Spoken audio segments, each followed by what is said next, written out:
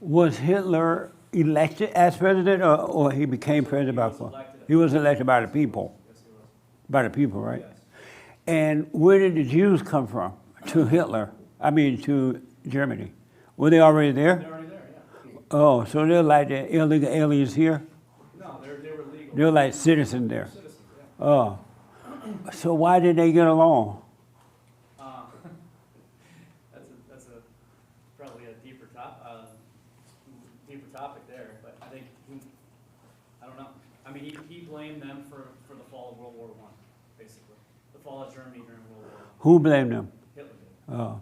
Right, but why didn't Hitler and the Jews get along? They may have first, but Hitler, like so many other men like him, needed a scapegoat to get power. And when the oppression came in Germany, what better to find than those who had the least power? Oh. They had power. I also heard that Hitler's dad was a Jew, and he was extremely mean to him. So Hitler was a Jew? No, Who said no? no, he wasn't. But how can his daddy be a Jew and he not be one? His dad was not a Jew. His dad wasn't a Jew? Was his father a Jew, Raymond? Okay, no, okay. Hitler was born in Austria, actually. So I don't think he was a real German. He wasn't. Yeah. So was his father a Jew? No, I don't remember. I don't really recall that. I don't believe he was, though. I don't understand the fight between Hitler and the Jews. Why did that happen? Okay. We got a Jew over here. At least one Jew. It was Jews. Why did the Jews and Hitler fight? Germany lost the war, World War I. Then Let me know when we're ready. They're about to.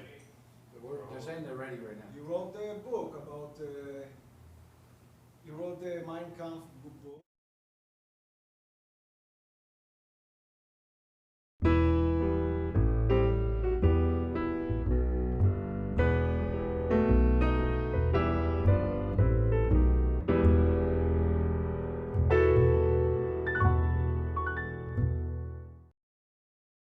Oh. Good morning. Welcome to Fellowship. I am Jesse Lee Peterson. You can get involved by going to our YouTube chat line, and Hate will pass on the question and comment concerning today's fellowship. Also, Happy Man History Month. Happy Man History Month, everybody. How y'all? Good? Amazing. So I wrote down some questions. Any questions for me? Yes, sir. Somebody had a week. So, Mike, I have a couple questions, or several. What does it mean to be meek? To be you? Meek? You know, Meek? like meek? Yeah. M-E-E-K? To surrender to the truth. Don't be all like Colin. How's Colin like? Think he bad. Going out and getting people upset. And, no, I'm playing. It means don't be feisty. You know, don't be fighting and don't let nothing matter to you. Okay. Are you meek? Is that in the Bible? Where's hate? Is that in the, Inherit the earth. Yeah. huh? The meek shall inherit the earth. Yeah. Let go of your little ego. Are you a meek person? I want to be, yes. And so are you? No. Oh. What a mess. What's your other question? Oh, what is your definition of a man? Oh, I'm about to get to that in a minute. Yeah. What's yours? Someone who, a male that's connected to God. Okay. Amazing. I'm about to get to that in a minute. And the last one.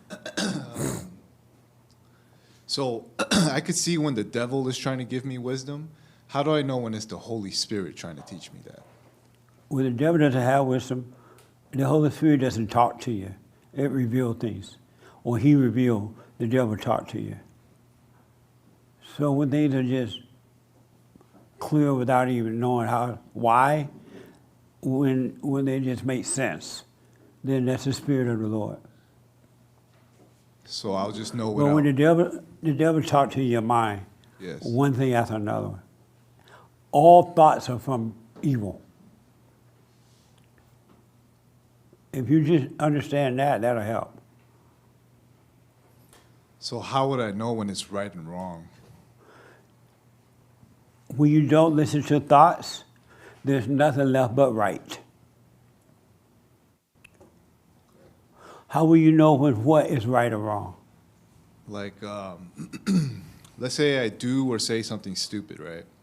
And then I could see that that's not something I should have said or done. How would I know that that's something I should correct myself with? The fact that you can see that you just said something dumb and stupid. You said you can see that you said something dumb and stupid. That's how you would know. Okay. But the part that confuses me is because I could see it, but then obviously the thoughts come in and try to punish me for it, you know? Right. So just don't listen to the thought and Right. listen to the first instinct that came When up. when you say something stupid, and now you feel all silly and crazy and painful or whatever, just know you're in thoughts. It's not real. Nothing about it is real. Okay. That makes sense. That makes sense. That's it? Yes, that's all. Yeah. Thank you. Does that make sense, you say? Just whatever you're thinking and feeling, just know it's not you thinking and feeling it. It's not you feeling stupid. It's not you who said something silly. It's not you who regret it or anything. Okay. And as long as I don't identify with that, the behavior will correct itself? Absolutely. 100%. But if you get involved, you're going to keep it going. And to get Meaning involved. if you try to correct it, oh, next time I'm going to say it the right way. Next time I'm not going to act that way. Next time this and that. All you're doing is recreating that situation. But if you don't get involved, it corrects itself, and you would never do it again. That makes sense. That makes sense. So just pretty much just don't think on it and just continue forward, essentially. That's right. All right. That's all I had. All right. Thank you. The young man behind you. I think I saw a hand. Oh, okay. Yes. Yeah, just to kind of follow up with what he was talking about, I guess getting involved or correcting yourself, would that also involve talking to yourself? So what now? He was talking about like, don't get involved. Well, you said that. Right. But does that also include talking to yourself? So if I talk to myself about it, I'm sort of, trying to deal with it, I guess. Yeah. If you talk to yourself about it, it means you're totally crazy.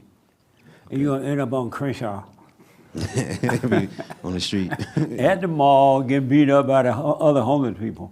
No, don't talk to yourself about it either, because you're still recreating an illusion. Yeah. So don't talk to yourself about it. All you need to do is see it. Do not get involved with it at all. So no, don't talk to yourself about it, because who is doing the talking about it? Who is doing the talking? That's a good question. I don't know. It's not you And talking.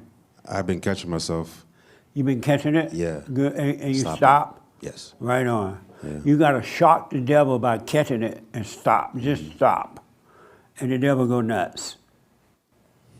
But if you continue talking with him, it just gets worse for you, Yeah, because you're giving the devil life. A mess, huh? it is. You talk to yourself a lot? Less and less. Can the neighbors hear you? No. Oh, They're no. like that crazy man in that apartment over there. Yeah, but I stop don't talking. think it's to you. uncommon, though. So what? I don't think it's uncommon. I think a lot of people It's talk not to uncommon. themselves. Everyone does it. Because they Way everybody more than- crazy. Yeah. Everybody crazy. But just be aware and stop when you catch yourself doing it. I am, yes. Thank Yeah. Thanks for the advice for that food thing. you. Yeah, no problem. It was so good. It working. Okay, I good to went and hear. did. I got it. Glad to hear that, I yeah. appreciate that. And if you have anything else, send Okay. it I my will. way, sorry. Okay. Thank you, man. Anything else? No. Here.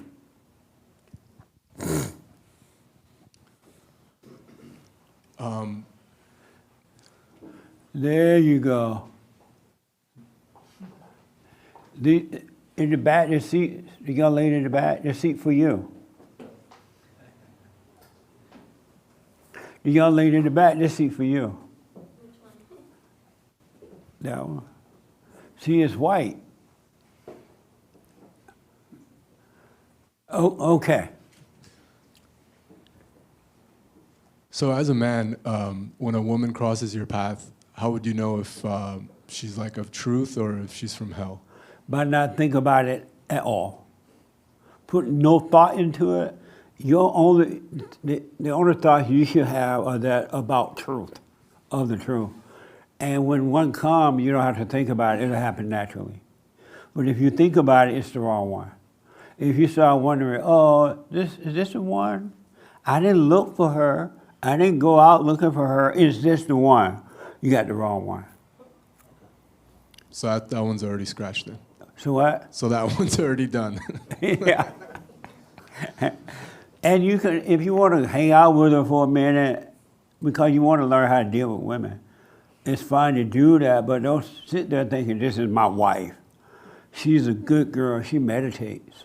She observes. Or she read the Bible. Don't do that. You're about to pick the devil. So when one comes out of nowhere and just tells you, you know, something like, I like being around you because I don't listen to my thoughts when I'm around you. Just out of nowhere. I have. So what now? Let's say a woman just comes out of nowhere and says, I like being around you because I don't listen to my thoughts when I'm around you. And I've never said anything about thoughts or spiritual or nothing to this person. They just come out of nowhere. So when she said that, did your mind tell you, oh, this is the one? I was like, oh, that's, well, not that right away. I was like, that's interesting, you know? I was like, maybe they're asking for help. They're reaching out for help. But I didn't say anything, like giving them advice. Who said maybe they're asking for help? No, I was thinking that, or is That's wrong too. okay. All thinking about spiritual things are wrong. So if someone were to say something like that, it's not really, It doesn't mean it's from God. right, and it's not your job to really help, point them to the way, is that? Yeah, you'll be able to do it without thinking about it. You'll just find yourself telling them without thinking about it. Don't worry about it. Yeah. So some woman told you she came to you without thinking about it? Yeah, just out of nowhere, they started talking about them being in their thoughts and, you know, how are you calm all the time? Well, see, if a natural conversation come up like that, then you can talk to her. You can help her. I mean, not help her, but tell her the way. Right. Absolutely. Okay.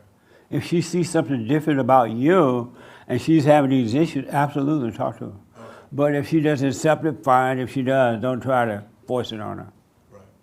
Yeah, because I don't want to tell people this stuff that don't really want, you know. Right. Because it's really, like, it's Yeah. weird. Yeah. But if it happened naturally like that, that's fine.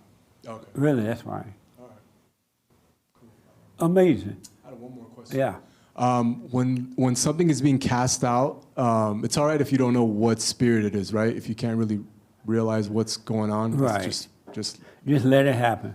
All right. Because in all human beings, there are 10, 20, 30, 40, 50 demons. And not just one. So, yeah. okay. Thank you. You're welcome, man. Stay with it. Anybody else? Yes, Raymond.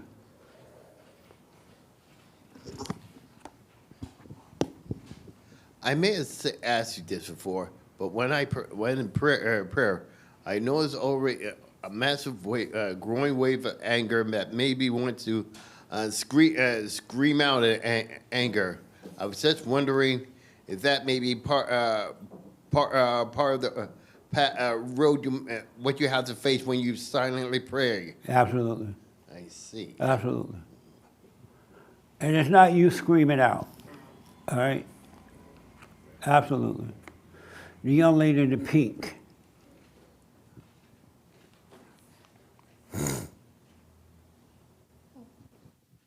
Did you lose your dog?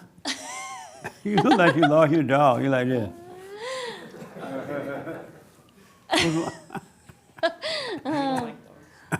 She doesn't like dogs? Oh, you don't like dogs? You know, I mean, It's I okay. don't want to own one because I don't have field for it to run in. Right on. You know, that's why, I mean, I think they're cute, but I don't want them to be dependent on me. Right on. So, So no, you don't like them. no, sir, not to own it. I don't want to own anything. We showed this video of this lady took, according to the video, took her dog to the supermarket, and the dog jumped into the produce food. He jumped up on the aisle where the produce is located, and the lady could hardly take him out. And then I wonder how many people went there and bought lettuce and tomatoes and went home and made a dog salad. Isn't that gross? When I become president, no more dogs on airplanes, restaurants, supermarkets, cafes, nowhere. Keep the dog in the backyard. I'm gonna make it illegal for you to have the dog in the house. That's nasty. I mean, sorry about that for those who have dogs, but that's nasty. Anybody have dogs here?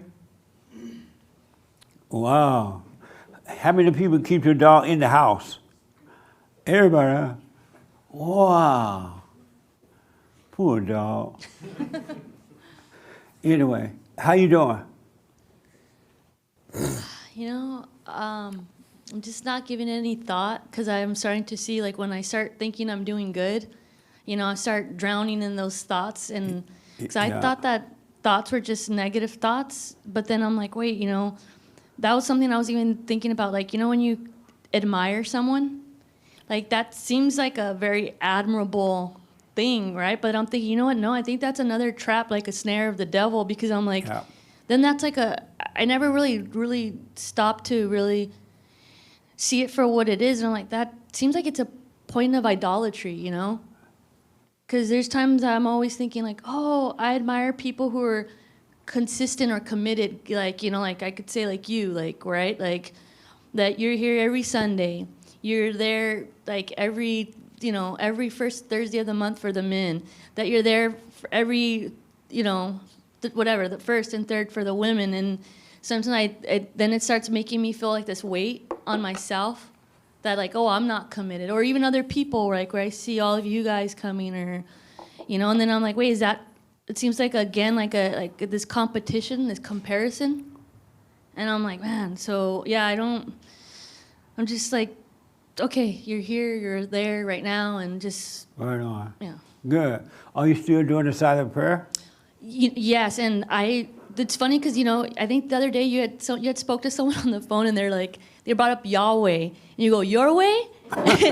And I was like, wow, like, I was starting to make the silent prayer like my way, which I was like, you know, you've kind of shared with us, like, hey, sit up, you know, and I'm like, oh, I'm gonna lay on my bed and I'll just let it, you know, but I'm starting to see like, wait, you're just doing a counterfeit, you know. Yeah. At the same time too, I don't want to make you like, oh, you have to do it like this or that, because then it's just, again, it's like that crushing judgment.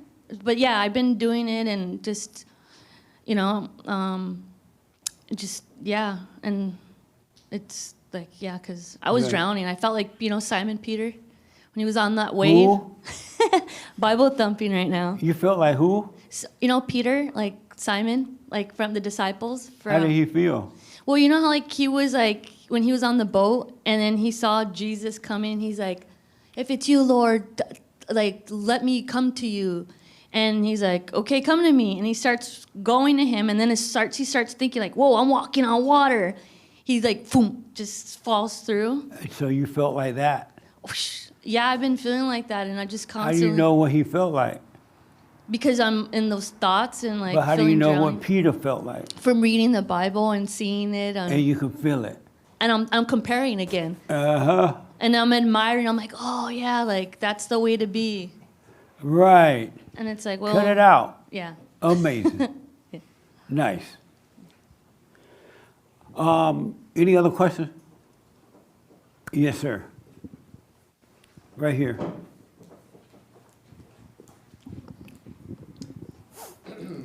On the subject of the silent prayer, I just had a question. I don't know why, but over the past year, I've been going in and out of hell a lot, which in my definition is two things. It's one, going in and out of my thoughts, and then two, being inconsistent with the silent prayer. Like I'll just notice, oh, I didn't do it this morning, and I'll try to be, I try not to judge it, and then I try to be like hyper present on days where I know that I didn't do it. I was just curious, is that the right thing to do when I notice that, like, over the past couple of months, I've been inconsistent with the prayer and then going in and out of thoughts? What does that mean to be hyper present? Oh, I guess that just means being more present than usual, or like just trying to be, for example, You can't be more present than usual. What does that mean? that's a good, Either you're present or you're not. sure. And so yeah. if you, let's say you don't do it that morning, Yeah. and you realize, oh, I didn't do the prayer, right? Whatever. You just, no big deal. Don't try to be hyper anything. And during the day, you should practice being present anyway. Walk a little slower. Be aware of going in and out of rooms. Be aware while you're speaking to others. Be aware of what you're saying inwardly and quietly. And you should practice being aware anyway. But Yeah. don't try to be super. Yeah, when I say super, I just mean like you said, walking slow, or if I, go in the elevator and press the button, like really, I don't know, feel the button. I don't know, just being super. Yeah, be aware when you're still walking in there. Yeah. Because you can get in the elevator in your head, Yeah. press the button, and not even realize what's happening. Right. Those little things you should practice. Okay. Yeah. Thank you. You're welcome, man. Oh, man, don't be super hyper. I mean, let me just say this, and then we go to the biblical question. I realize that human beings, it's a sad situation. It's bad. Human nature is bad. I mean, and you're going to see this if you stay with us. You're going to see it, and it's going to blow your mind. It's worse than what you can imagine. There's literally nothing good about human beings at all. Nothing good. And human nature is worse. It's worse than what I can tell you. It's no wonder Christ said that he would give us a new nature, because the nature that we have is that of evil. There's no good in human beings, zero. One lady called my show and she's like, I'm a nice lady. She was like, well, I want to talk to you, but I don't want to argue. We just want to talk. Oh, okay, fine with me. I don't want to argue. But when we got, she said that she was good or something. I'm like, well, what's good about you? I'm nice to everybody. Or I help. Those kind of people are the worst ones. A nice person is an evil person because that nice person wants something back. They want you to thank them for what they've done for you. They want you to really appreciate it. They want you to be available for them. They want to feel good about it. They're not being nice because there's nothing wrong with being nice, but not for that reason. And they want something back. Human beings never do anything and expect nothing in return. They always expect something back from each other. And then the attack on men is mind-blowing to me. It's everywhere. The churches attack men, the so-called Christian women, conservative Christian women attack men, liberal women attack men, The Democratic Party and the Republican Party attack men. The media attack men. Everybody, nobody like men. Men or women attack men everywhere. And it's so prevalent, and yet nobody really making a big deal out of it. I don't hear rallies about what's happening with men. I don't hear men saying, no more, I'm not going to do this. And I was talking to a man yesterday, or what today, Sunday, Friday, and this guy looked like he should be like the ruler of his own world, but inwardly he is afraid. I mean, just have fear. That's another thing I noticed is so abnormal, is that men have fear. Men are afraid, and they're really afraid of women. Every man is afraid of the woman. That's insane. Even in my beta crying days, I was afraid of the woman that I was dating because I wanted something from her. If I didn't want anything from her, I didn't care, right? But even when I was afraid like that, I still had, with the other situation with women, I would deal with them. Men are afraid of women. That's so abnormal. And men are afraid to live. Why don't you live? Fight to be a man. You know what I mean? Don't just let your little manhood go. Fight to be a man. It's okay to fight to be a man. And if people don't like it, that's on them. They want to keep you down to control you. Man, you are the salt of the world. You're the light of the earth. Your little salt and light gone out. You're afraid of women. That don't even make sense to me. I know why you're afraid. But the men are afraid of women, especially young men today. You could find one or two older men, my age, that's not afraid. But everybody else is afraid of women in every category. You're afraid of women. The only time you speak up to them is if you're mad. And then if you're angry and you speak up to them, now you got to make up to them. And that's not normal. I've always believed in fighting for my manhood. You don't just give up manhood. You know what I mean?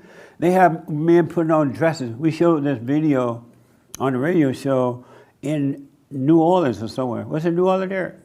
Yeah. They were having, what was it? A red dress run. They're having a red dress run for some kind of a fundraiser, right? And these men were dressed in red dresses and high heels. And they were acting like women in the dresses. They were like, doing all kinds of stuff. And I'm thinking, how did they make y'all put on those dresses? And why don't they feel something about putting on a dress like that and going out into the street and carrying on like that?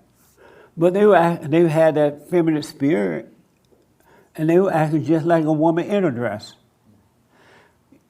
You're not supposed to be afraid. Women don't want you to be afraid. They want you to be strong. Really, even if when you're strong, they may try to knock you back down, but at least they want to see you getting up, so that they were like, wow, this is pretty cool. I want to marry this one. I want this man. I can't knock him down and keep him down. It's not normal to be angry and emotional and be like that, men. It's just not normal. And it's everywhere. When these conservative women act like they care about, I'm not talking about the bond women, y'all fine. When they act like they care about, they lying, they don't care about you. Really. They want you weak. But it's not their responsibility to make you strong or anything. It's on you, it's on the individual to be strong, to stand up, to say no. Learn how to say no. Just say no. And if they don't like the no, that's on them. You're not responsible for someone not liking no. Say no. But the men are, it's bad. And the earth is going to hell in a handbasket because men are so weak. You can look at these TV shows and these news shows, even the conservative news show, it's all women. They'll throw one or two men in there, and those men are beta. They kiss up at the women on the shows and things like that. But there's no reason for this to be happening except that it's evil. And the men, you represent God. You're sons of God. You may be beta men, but you're still sons of God. And the devil worked through the woman and then other men who take on a mama spirit to destroy you. The devil hate God. And so the devil's trying to destroy you because it knows that if you're the light of this earth, all this mess that's happening would not be happening. And so they're trying to destroy you. They really are. Evil is working through the women and through other men who have that spirit to destroy men because you're sons of God. It's not a game. They're literally trying to destroy the sons of God. And you need to be aware of that so you can see how to deal with it. And if you're aware of it, you're never going to lose. You won't lose. And don't fight with them trying to have a fight. You stand up for what is right, and you cannot go wrong. The Spirit of truth loves you. The Spirit of truth is with you. The Spirit of truth will give you all power and authority to function on this earth. But you got to come out of this darkness of the imagination and live in that power. And be willing to stand alone. And just let the world attack you. It doesn't matter. Because they're not attacking you anyway. But y'all need to stop this. And don't say, oh, if the woman let me be a husband, or if the woman let me be a man, you're going to be a man. The woman's job is not to let you be a man. It's your job to be a man. And a man has no fear, zero fear. That inner fear. You don't have that. That's not yours. A man is not shy and, oh, where's my friend that was supposed to come back? He's not here? No, he's not here. I knew it. I knew he was going to come back. Oh, beta. I know you're watching. But you can overcome the fear. But you're supposed to be a free individual, especially men, and ladies too, but especially men. You were created to be a free individual with no fear. You're supposed to be the light. How can you be of fear and of the light? And because we're all born through the woman, we're all born into a fallen state situation, meaning our parents are crazy, so they're going to mess us up. And so we all have things that we had to overcome. But you can overcome too. There's nothing that can keep you down if you want to overcome it. And don't worry about what the world say about you or think about it. You're supposed to just live your life and let the light shine. You're not supposed to have fear. And they'll put men out of work. It's hard for men to find jobs now because the women got all the jobs. It doesn't matter what kind of job it is, they show a woman in the job, riding a tractor, cutting down trees, being police.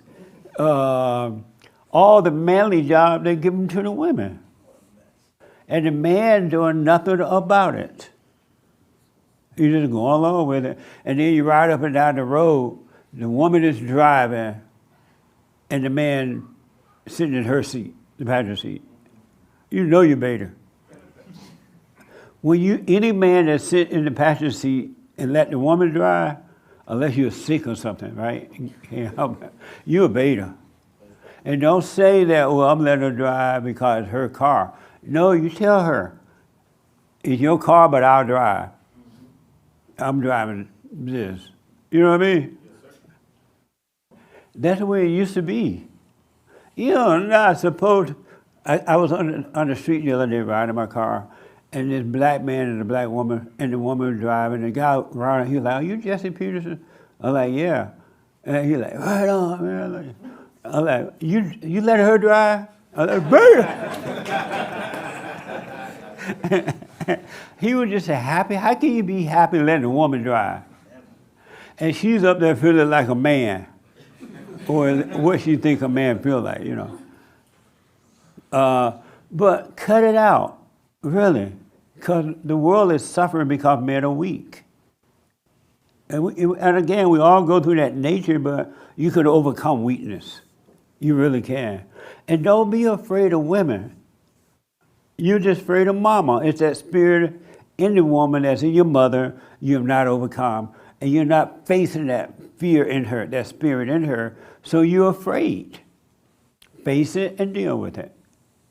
You still stand up. Because it's bad, especially for men. And women too, because when men are weak, women suffer. They really need you to be strong. They need it. All right? But it's bad. And it's going to get worse because each generation is getting worse. It doesn't have to be that way. Any question about that? Any disagreement with that? Yes, sir. The idea that there's no good in people. Right? So what else? The idea that there's zero good in anyone. Right. Yeah. So what about like in battle or war when someone sacrifices their life for another person? That's that's selfish? Yeah. How? It's ego. That they care Because about the only reason there is a war because ego people, angry men start wars That's a because difference- they that- want to prove something, and then the person that fight in the war, they're there because somebody told them, "Oh, you're a patriot. You are great. You love your country. You're a patriot," and so you go to war and you get your head cut off. They come back and they give you an award for it. Or they're just poor, and so they join the military. They and what? They're poor. Poor, Poor. poor. Don't have money. They don't have money? Yeah, That's that- not a they- reason to join the military. It happens all the time. I know. We play video about that. These young people go into the military because they get free rent, free Right. food, free education. They're not there to fight a war. And then if you don't go to the war, you go to jail. Not now though, right? Yeah, no. But I thought you'd go to the military now if you want to. You do, but Volunteer, right? right, but once you're in, if you try to get out, Oh, yeah. you will go to jail. Yeah. Yeah. No, it's all ego too. It's not about. So no one in history of mankind has ever done anything good. No one in history has ever been good. There's no such thing as a good person. Do you disagree with that? No, I don't disagree with that. You don't, and why not? Because I can see that. I just see that there are times when people do good things. Like what, for example? Giving selflessly, or Like who done something like that? I don't know. I just think that sometimes people do it. No?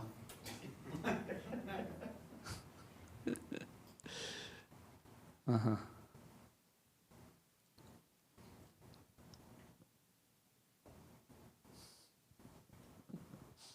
Okay, I'm waiting on somebody.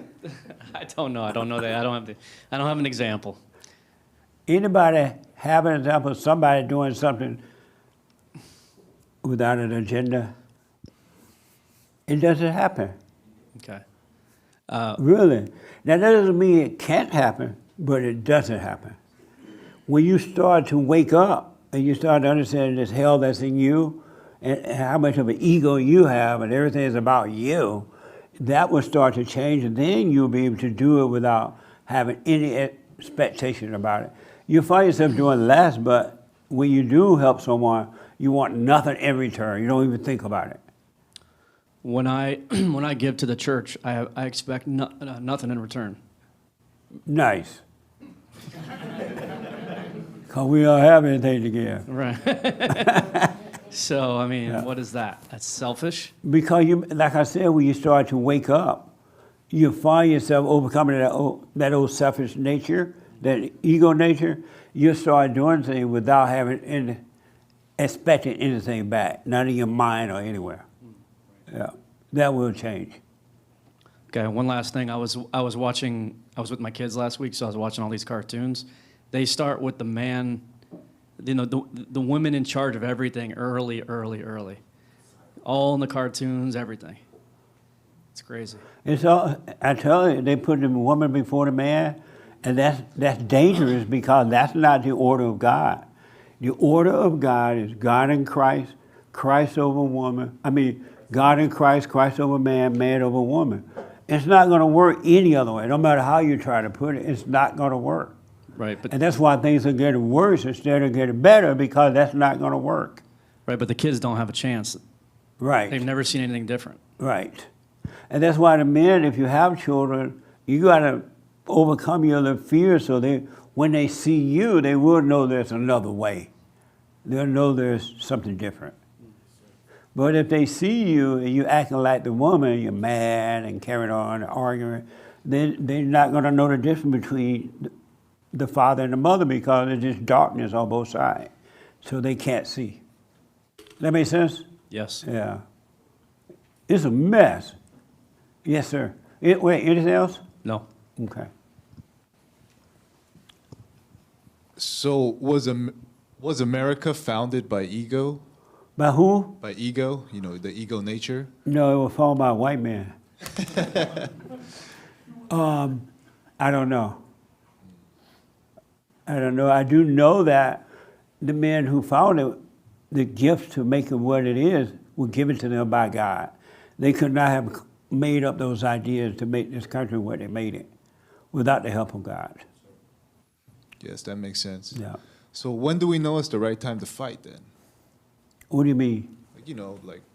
There's a lot of wars going on right now. You say when we joined the military it's through ego, but if it's like a state where we need to fight for our lives, like when's the right time, you know what I mean? When it's time to fight for your life. But like on an individual level, that's very easy, right? If someone's attacking you directly, then you know when to fight. Right. But we're in like a psychological warfare where we're getting attacked very differently from back in the day. It's not really soldiers coming in. It's like, it's very different. The war style is very different. So how do we know when it's time to In what attack? way is it different? It's like they attack us through, like you said, by weakening the man. What? By weakening the man. Right. You know? But you're only responsible for yourself, right? As a male, you're responsible for you. So you pay attention so that you can overcome and be the light. And once I overcome, you say not to join groups and all that, you know? But sometimes we need to get together to fight an evil, right? If you got to get together with a group, just don't identify with the group. Okay. Don't get a sense of ego from it. You can go to a group party and have fun. And when the party is over, you back home, you're not going to be wishing or hoping that the party lasts all night, because you don't want to go home and be alone. Or you don't want to go back home with that mean wife of yours. Or blah, blah, blah, right? If you're a whole person, you can enjoy life without identifying with life. Meaning the things that are happening. You can enjoy it, but don't get an identity from it. Like you can have a friend, and the friend decides, I don't want to be a friend anymore, right? You've been friends for a long time. And they decide, I don't want to be a friend anymore. Okay, bye. And won't miss it at all. It's like a revolving door. People come and go. But because you're not getting your identity from friendship or marriageship or any kind of ship, you're fine. But if you get your identity from that, that's the problem. Okay, that makes sense. So pay attention to the ego, even if it's like a fighting situation. Yes, much, right? Okay. Absolutely. Okay, that makes sense. I'm going to smoke on it some more, you know. So. Right on. Amazing. Any other questions? You had a question? Yeah. Yes, sir. What about like if something happens like with when you were dehydrated or falling out? Did Nick come to help you and keep you from dropping and hitting your head on the ground out of ego, or was that out of being good? Yeah, he didn't want to get fired. But that's not a moment of being good. Yeah, but he has a guaranteed job.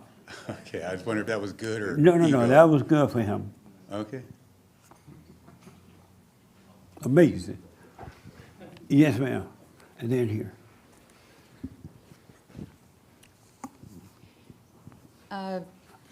My question is about the silent prayer. Is there Is there at any point where you start to feel like you're not,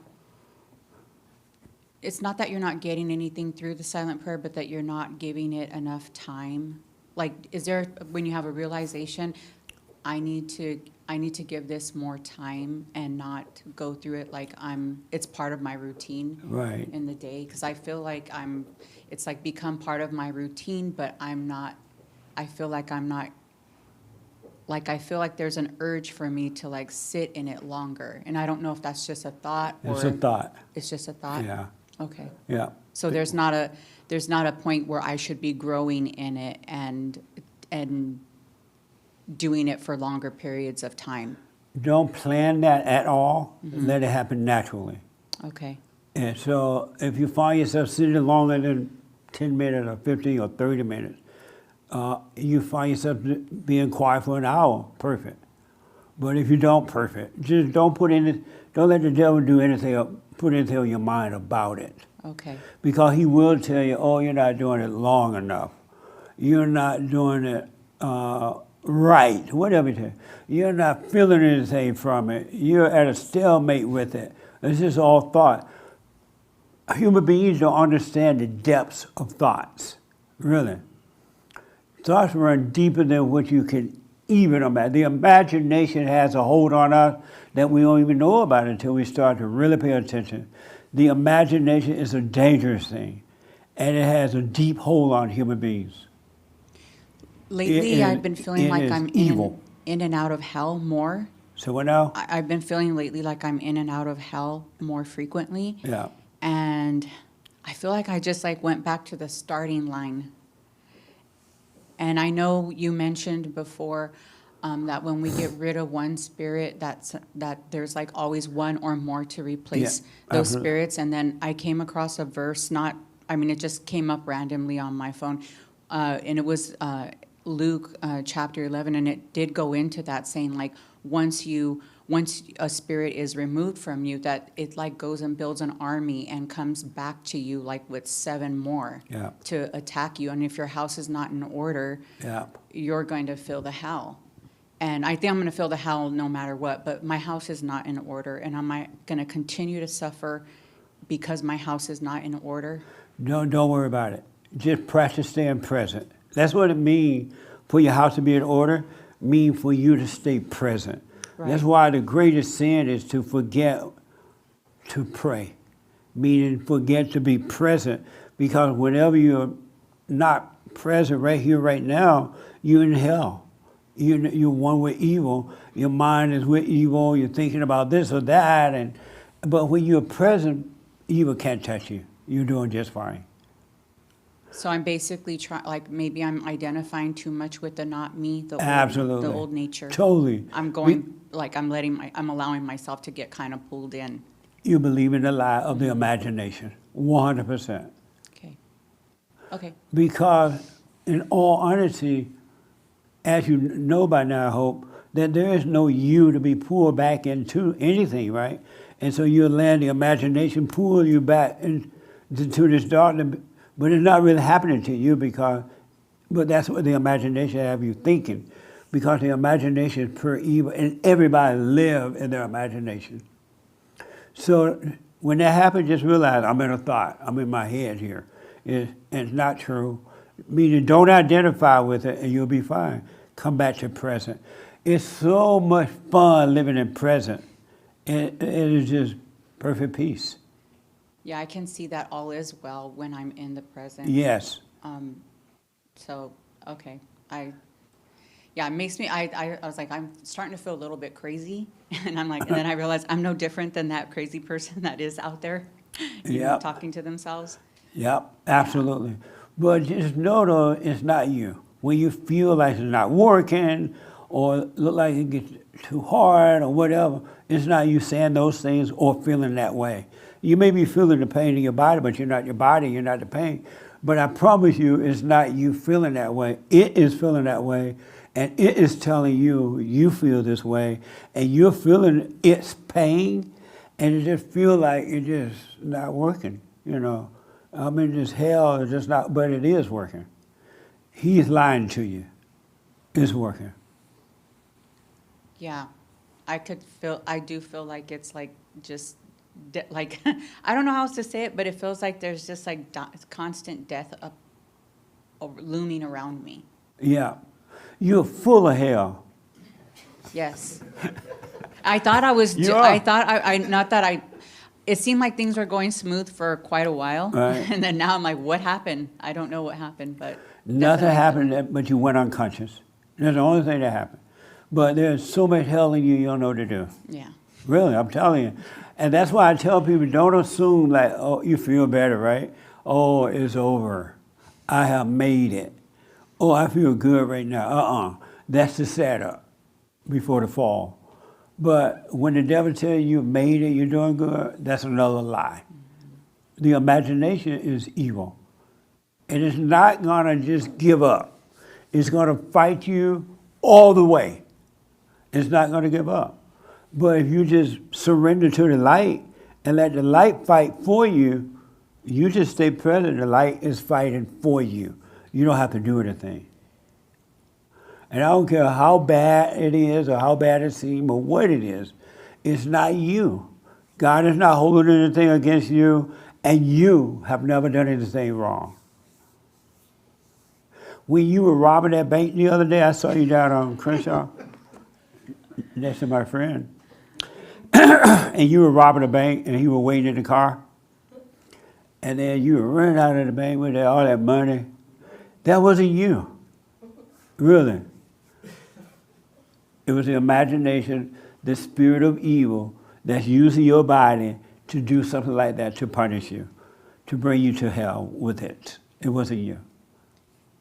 Right before whatever, I don't know how to call it, but the hell started coming out in me, I felt like I was just having so much peace, and I didn't know if it was just like me being in my thoughts, but I know the kingdom of heaven is within, but do you see glimpses of heaven outwardly as well, and not just within? One thing for sure, the world looks different to you when you're living from within. Absolutely. Paradise is right here, right? So the world does look different to you when you're walking in the light. But when you're in the darkness, everything's dark. Absolutely. Well, it was suddenly really bright, and then it went dark, so I guess, Yeah. okay. And it's only went dark because you went into a thought. That's the only reason. Yeah. I do see that. Yeah. Yeah, that's apparent. It's the only reason it goes dark is that you forget to be present in the light. So, but just come back to the light and don't let the devil tell you you're failing, it's not working, and blah, blah, blah. Okay. Thank you. That make sense? Yeah, very complete. Yeah. And it's going to happen along the way. It's just because we're so one with the imagination, with thoughts, you're going to be in and out for a while. But eventually it'll be less, it becomes less and less and less. And you'll find yourself more in the light. And then when you do go into a thought, you realize right away, you're in this thought, you come back to the light. You won't judge, oh, I'm messed up, I'm this, because there's no you to judge. You could just see that something's not right. Yeah. Like something's not right within, and you're noticing it. You're becoming more aware of it, like in a quicker amount of time. Absolutely. And sometimes you're going to catch the thoughts before you feel anything. You start catching them right away because you're aware now. You practice being conscious. And when you catch them right away, they have no emotional impact on you at all. Because the light of God is directing you. Yeah, I notice it keeps trying to make me cry. Yes. Wants me to cry. Yeah. Boo-hoo. It sure does. Like, there's no reason to be crying, but they want you to cry. Mm-hmm. Feel sorry for yourself, or you're lonely, or you're this. You need to cry. You want to cry, and it feels like you just want to cry. But don't cry. Yeah. Because when she cries, she's lying. Yeah, true. Yeah, don't go with it. Because the moment you start crying, like, poor, pitiful me. I'm so by myself. Nobody loves me. My husband left, or my wife left me. You start feeling like a victim. And a victim is a dangerous person. So just relax, go with it, watch. That's all you need to do. And everything will work out for you, on your behalf. I promise you that. I'm not making it up. It will work on your behalf. There's nothing we can do. So stay with it. Amazing, huh? That's why Nice. I'm here. Stay with it. I think the white T-shirt first, and then Raymond. In the back, yeah. Right now that you were touching up on a point where he said about the ego, I've been seeing some changes where before I would judge somebody for doing something dumb. And I think I don't know, correct me if I'm wrong, but I think instead of judging people now, I'm having an understanding of like, that's not them. Like it has nothing to do with them. It's something else driving them. And Right. You will get to the point, as you understand what's driving you, you will get to the point where you understand others. But you also get to a point where it doesn't even occur to you to judge somebody. It's not in your nature anymore, so you wouldn't think that way at all, because it's not, that old nature is being destroyed, so it's not in your nature to do yeah, it. and before I would get like, let's say I saw somebody doing drugs in the street or something, I would have an emotion towards what they were doing, even though I wasn't the one doing them. I was like, look at that dumb person doing drugs and Right. before, and then now I guess the nature is more of understanding, where I understand the simple fact that they're being driven by something else, just like that Yeah. same action, that same spirit drives me to do things that are just as dumb, if not dumber. So Right, absolutely. So that my question was, is that walking with the light or walking at least consciously instead of Yeah, you wanna living in be the conscious. imagination? Yeah, Because I don't- no longer get an emotion out of it. When you're in the light, there are no emotions at all. So absolutely. Thank you. Stay with the light, not in your head. Yes, sir. Amazing. Stay with it, stay with it, stay with it. Let me take Raymond first and then here. And then I want to get to the biblical question. Yes, Raymond. Okay, to be short about this, in this war, in the war between men and women, as you described, it sounded like a war of the wills. But my question is, what is the first step a man must do to reclaim his manhood? Number one, you got to overcome the spirit of the mother. And then, meaning that you got to see that you resent your mother, you have anger, and then forgive her. And when you forgive her, God will forgive you, and He'll take away the spirit of the woman, which is of the mother. And then, and I don't know, there's no such thing as reclaiming your manhood. So forget about that title. It's just you overcome the fallen state. You will overcome the spirit of the woman. And so when you run into that spirit in women and men, you will notice that it's there, but you won't be bothered by it. You won't be afraid of it. So the first step to realize that you have a dark nature, and your first job is to take this, go on the path of overcoming it. Yes. When you can see that you're angry, then and admit it, then you will start to overcome it. And so your whole everything is going to change.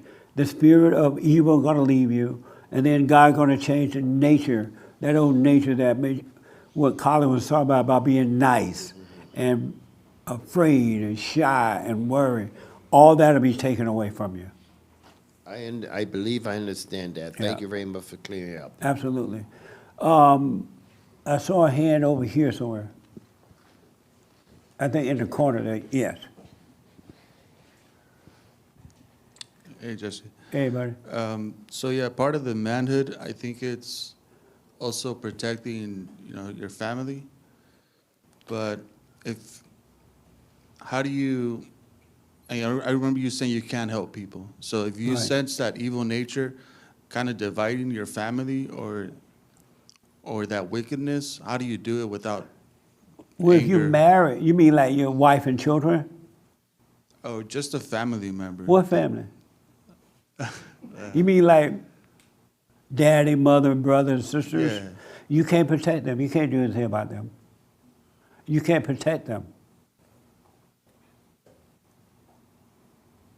So, well, you're trying to protect the family from them. You can't protect the family from them. You mean your own family, your wife and your kids? Yeah, brothers and sisters and parents and So how do you protect your wife and your kids from them? yeah. You keep them away from them. Don't let them come around. But they're part of the family too. Is that? No, they're not. Your family would be your wife and your kids. The other people are not your family. Okay. All right. What do you think about that?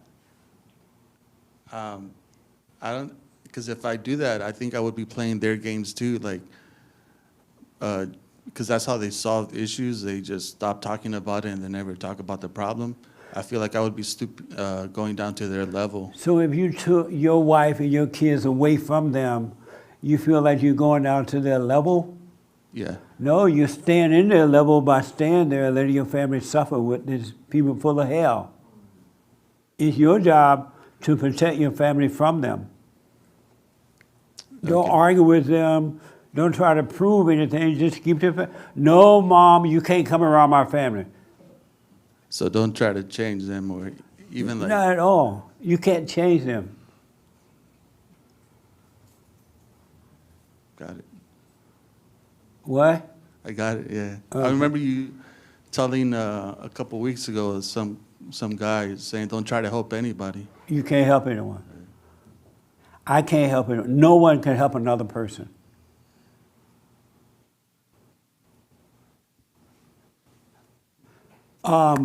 What's the biblical question for this week?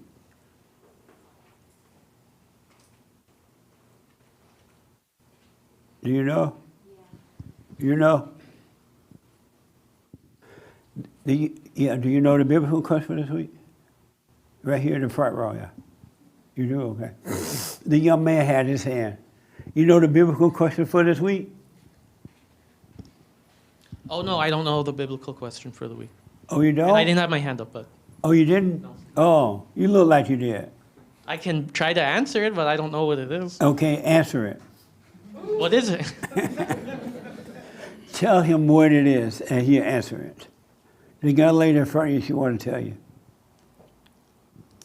I think it was, what's the difference between facts and the truth? I'm sorry?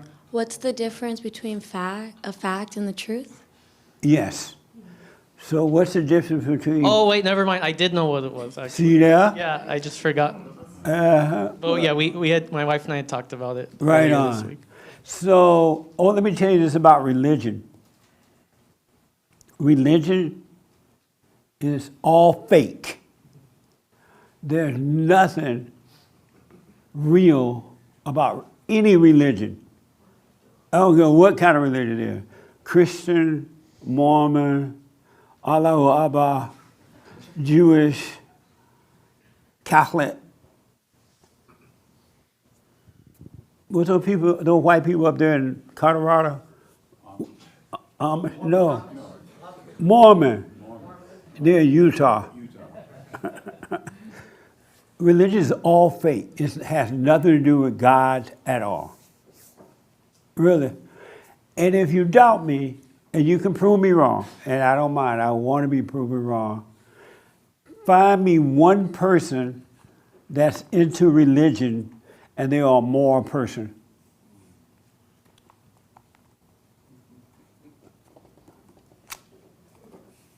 What's a moral person? See? Can you find one? Well, everybody got religion, everybody loved the Lord, everybody into the Bible, and everybody studying, right? But not one moral person.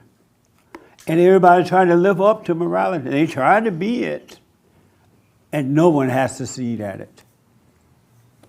Nobody. Nobody. Nobody. Isn't that amazing? Have you ever wondered about, okay, God is into religion, and I'm a proud Christian. How come I'm not a moral? I want to be moral. I want to love everybody and treat everybody right and do the right thing and be right. Nobody really. I guarantee most of you came from some form of a religious family. And look at you. I'm telling you. You came from some form of a religious family. They still lost and you're lost. Religion, God is not in religion at all. He has nothing to do with it. It's man-made. It's man-made. Man idea made. That's why it doesn't work. Isn't that something? You go down and you accept Jesus as Lord and Savior, and then you cry at night.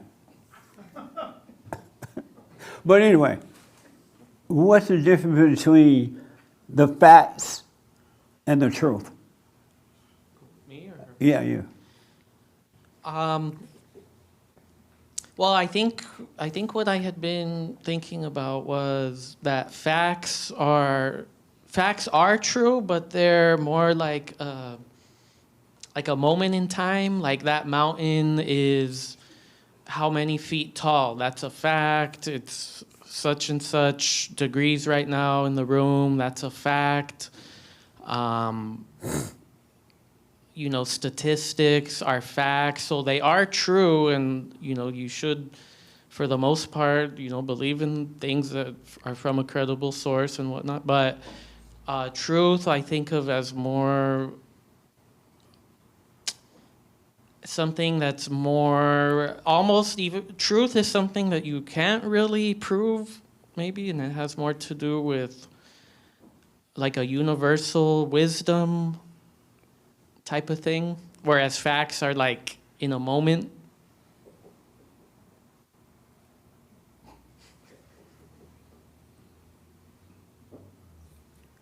You done? Uh-huh. Okay. Thank you. Okay. The young lady in the back want to respond. What's the difference between the facts and the truth? The young lady, yeah. I think the truth is Speak into the mic for me.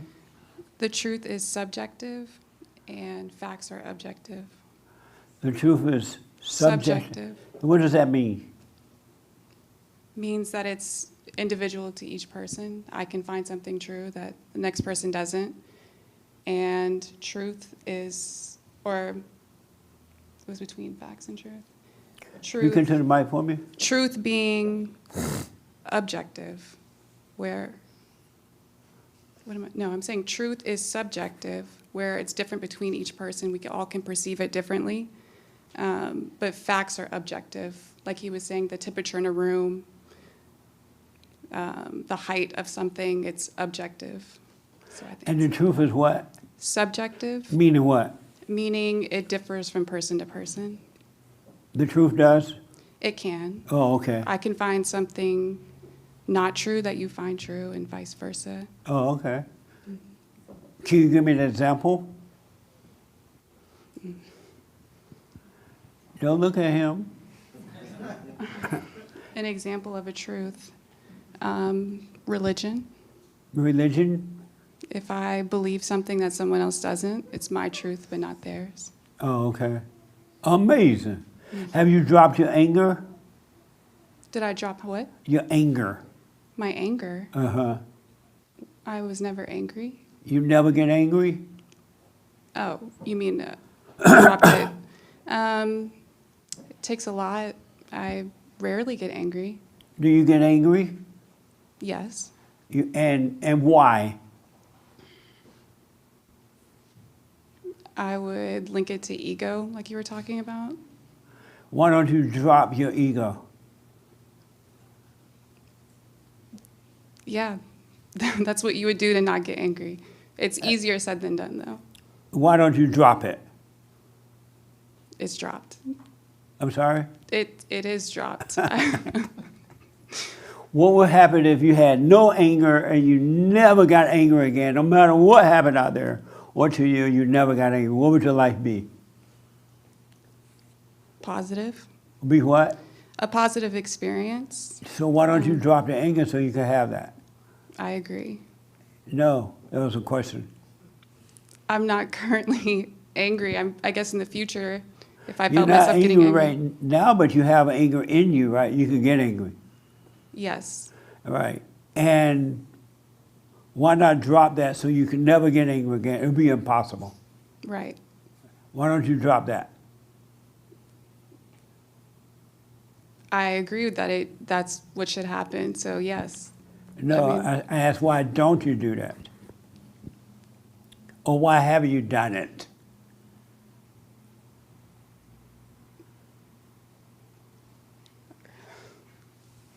Why haven't you done it? It just takes practice. Meaning Conscious what? awareness. What? It takes practice and conscious awareness. Is this your first time here?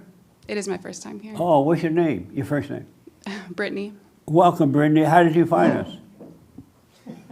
I'm sorry? Him. So what else? My boyfriend brought us here. Oh, he did? Hmm. Did he tell you where you were going? Yes. Oh, good. So did your boyfriend tell you you need to forgive your mother? No.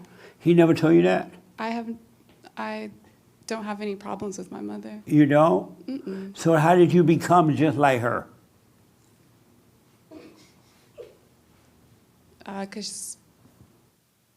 Well, I guess what do you mean by me being just like her? You're just like your mother. How did that happen? If You just restated that I'm just like her, but how am I like her? your personality is like her, you get angry like her, you're emotional like her. But you don't How know. did that happen?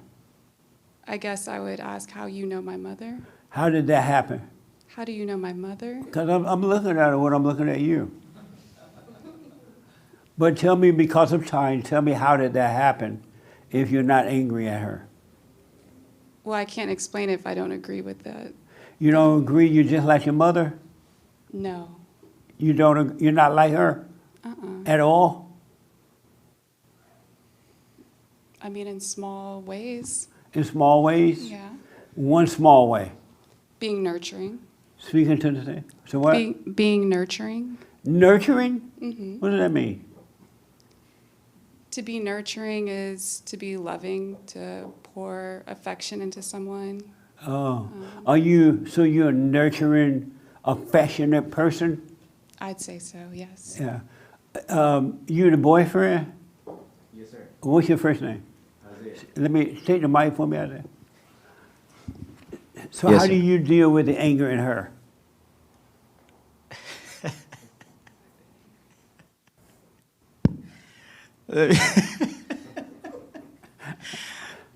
I watch this show all the time, so she don't get angry. She doesn't get angry? She never. She never get angry? No, not with me. Who does she get angry at? I never seen her be angry. So she never get angry? So why haven't you told her about how to overcome that? Overcome what? Her anger. I've never seen her get angry. So she doesn't have any? Not that I've seen. How about you? Do I get angry? Uh-huh. Yeah. Yeah, I get angry. And why haven't you overcome yours? I don't want to. You don't want to? I don't mind being angry sometimes. Oh, okay. Right on. What's wrong with being angry? Oh, nothing. You don't think God get angry? I'm sorry? You don't think God gets angry? I know he doesn't. But that's not what I have a question. You said this is a biblical question, and then you said that the religion is no good, but the Bible is a religious book. We can say that you can say it didn't come from God, but the Bible is a religious book. And in there, God gets angry. So where do you get this God doesn't get angry from if your questions are from the Bible, and the Bible does say that God gets angry? And it doesn't say God get angry, right? It said Christ got angry. No. It Well, said it God- depends on what translation. Yeah, because Christ and God two different things. His anger is not like human anger. Human being anger is emotional, judgmental, and wicked. And what's going to happen when you overcome that anger, you'll be able to see injustice and deal with it without being mad about it. You will be able to deal with it, but you won't feel anything about it at all. But where did you get that from? It don't say that in the book. Right. It's inside of you to know that once you overcome it, you will know that. So if I was angry at someone or didn't get angry at them, right? Let's say someone did something to me and I didn't get angry at them, but I murdered them. What would that? Because that happened all through the Bible. So you could say God might not have been mad at the people, but he killed all of them. So was he upset, or he did it with no emotion? Yeah, but he didn't murder them. I'm just saying what the book says. Christ didn't murder them. No, he killed God, them. God killed people in the Bible? Right, but he didn't murder them. What's the difference? He killed the people because they were evil. And had not he done that, the world would be worse than what it is today. But he understood it wasn't them, that it was something that had made a home in them. Yeah, I agree with that. That was I agree with right. that part.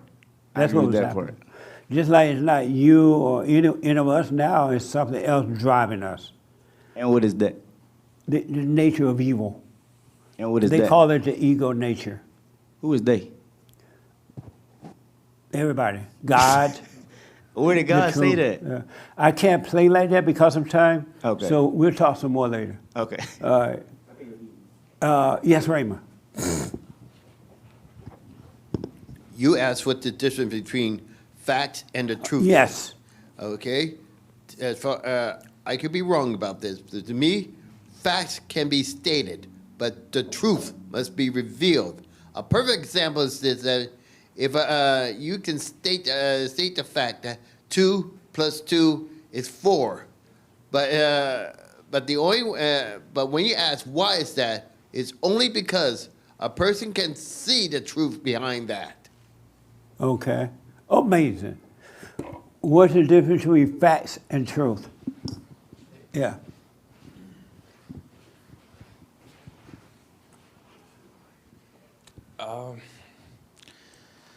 I think facts are like data, where they say if you beat the data hard enough, it'll tell you what you want to hear. As in, you can perceive the facts however you want to, but the truth is, I think the truth is the facts translated by the Holy Spirit, if that makes sense. I don't know. Interesting. Yeah. The truth is facts translate. Repeat that. Facts that are kind of like translated by the Holy Spirit, because without like the Holy Spirit, the facts are like data where they don't really mean anything. Okay. They're just like there, you know? But it's all about like translation. And if it's done by the Holy Spirit, it seems like it's the truth. Amazing. Thank you. The young lady right there want to respond. And then here. I think truth comes from God and facts come from man. It's kind of the way I see it. Oh, okay. Amazing. Nice. Yes. I don't know. You don't know? No. Oh, okay. Yes, ma'am. I just wanted to piggyback off what everyone else was saying, that to answer the biblical question, I do like what Raymond said, that the truth is revealed, and I do feel like facts are manipulated. Like I have heard a lot of people here say, well, Jesus wept, Jesus said, be angry but sin not, and things like that, to kind of try to do like a gotcha moment instead of just accepting. And also to piggyback on the couple, like when I was in a relationship, it was an issue that I did not get angry. And then coming here, I have heard that you said if you can make someone angry, you can control them. So maybe that's where they were like, well, why don't you get angry? You know, maybe I want to control you, things like that. So yeah, that's all I have to say. Okay. Colin. I think facts come from the mind, or you need mind for facts, and truth is absolute. Okay. Amazing. Can you give me an example of the facts and the truth?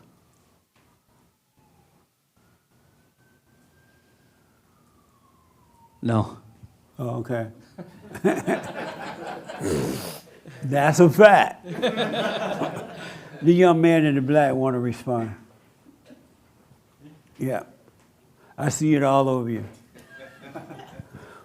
What's the difference between the facts and the truth? Speaking to the microphone. It's already on, just speaking to it.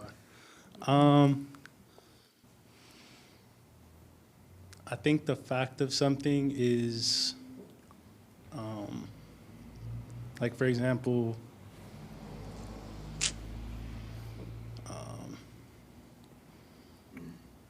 I I don't know. You don't know the difference? No. Oh, okay. Any question about anything?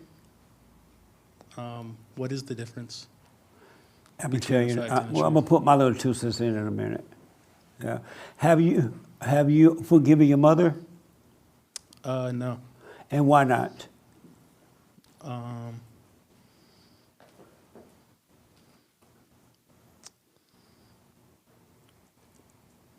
not sure. I'm sorry? I haven't come to terms with that yet. You haven't come to term with that? Yeah. Meaning what? Meaning I haven't seen the wrong that she's done for me to point blame towards her. So she has done anything wrong? I mean, I'm sure she has. Like what, for example? I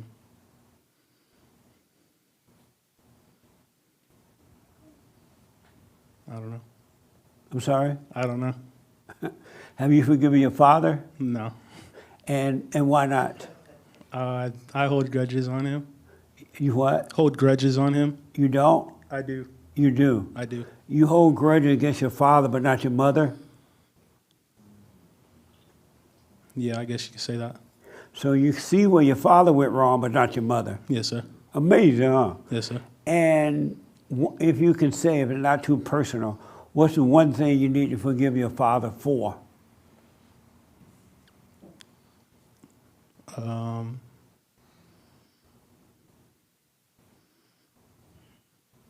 Teaching me how to be a better man.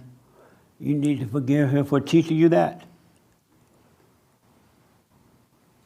Or teaching me not being a better man. Oh, you need to forgive him for not teaching you how to be a better man? Yeah. Better than what? Than what I am now. What are you now? Not at my full potential. And what's your full potential?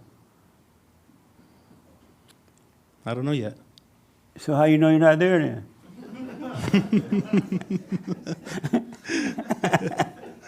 I don't know. What? I don't know. So you mad at him for not teaching you to be your full potential? You don't know what that is? Yeah. So how you know you're not your full potential? I don't. So then why you mad at him? I don't know. What a mess! Yes, sir. So you don't know if you're at your full potential or not, Yes. but you're mad, Yes. and that makes sense. Not at all. What one other thing you're mad at him about?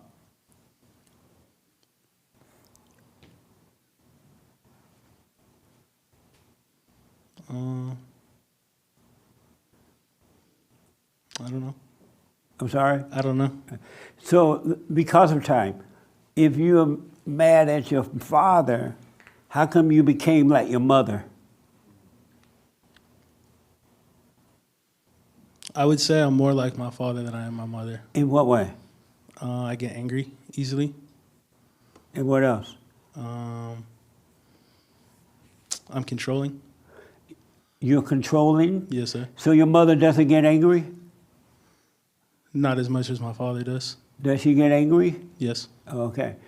And is she controlling? Yes. Your mother's controlling? Yes. And you okay with that? No, but Why haven't you forgiven her for that?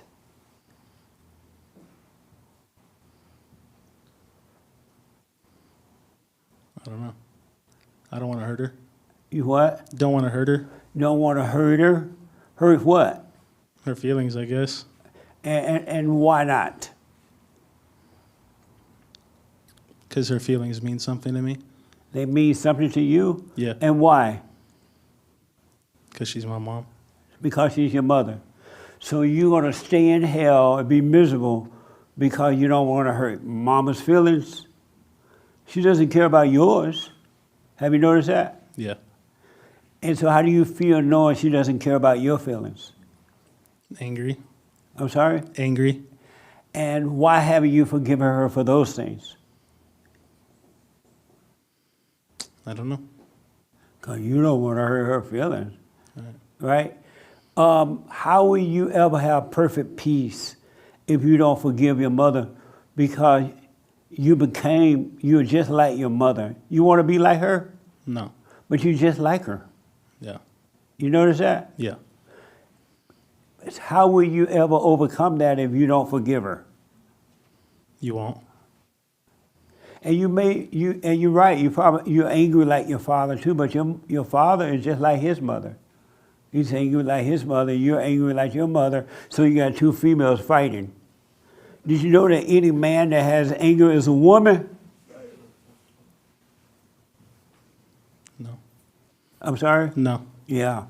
It's not normal for men to have anger. Any man that has any anger at all has a woman's nature. That's why he get mad like a woman. He get emotional like a woman. He act like a woman. He can't even handle the woman he get because it's the same spirit as in his mother. He has become a woman. That's why you must be born again. What is it like knowing that you're a woman? It sucks.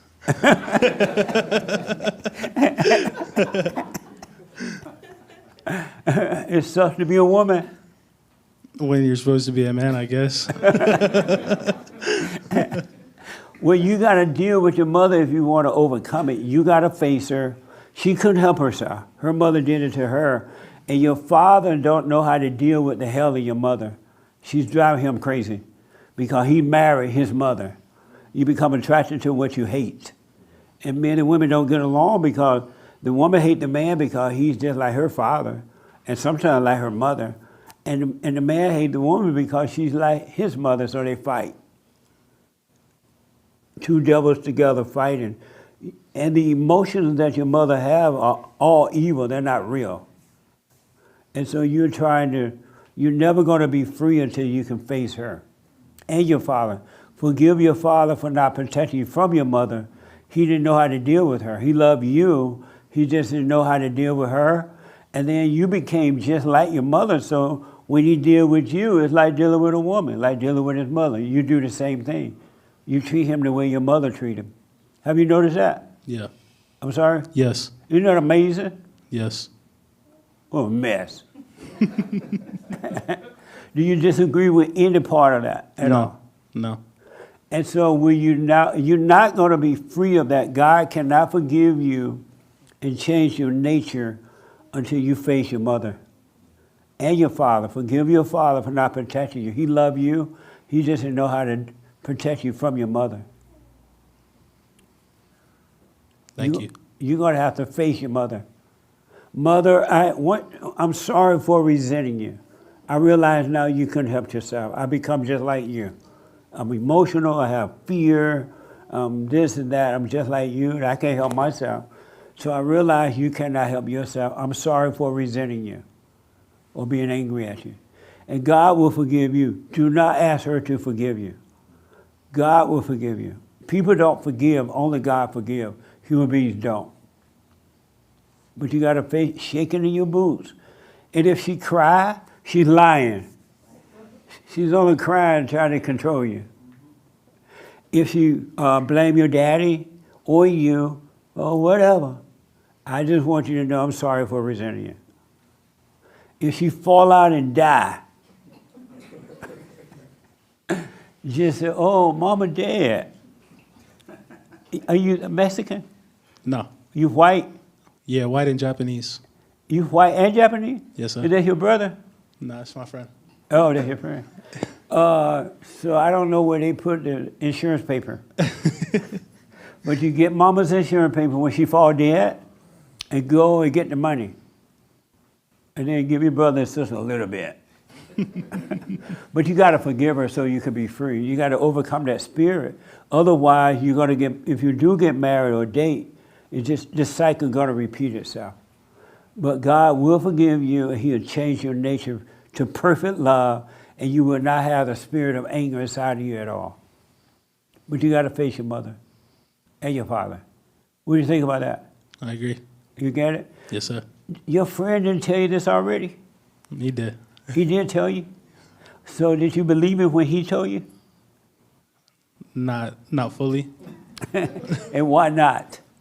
I don't think he broke it down like you did. Oh, he didn't break it down. Oh, okay. Well, go and forgive your mother so you stop being a woman. I will.